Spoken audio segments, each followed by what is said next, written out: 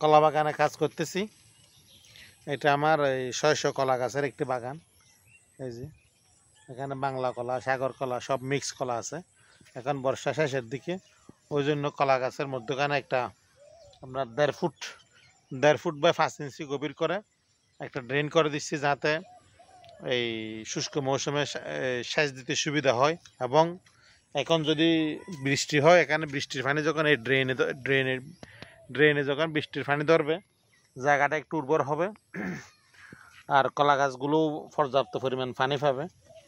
এই যেগুলো কলা গাছগুলো পর্যাপ্ত পরিমাণ পানি পাবে।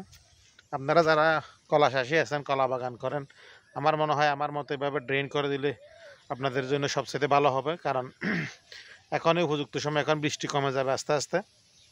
এখন বৃষ্টি প্রায় শেষের দিকে বলতে পারেন। এখন আর অতিরিক্ত তেমন একটা বৃষ্টি হবে না। এই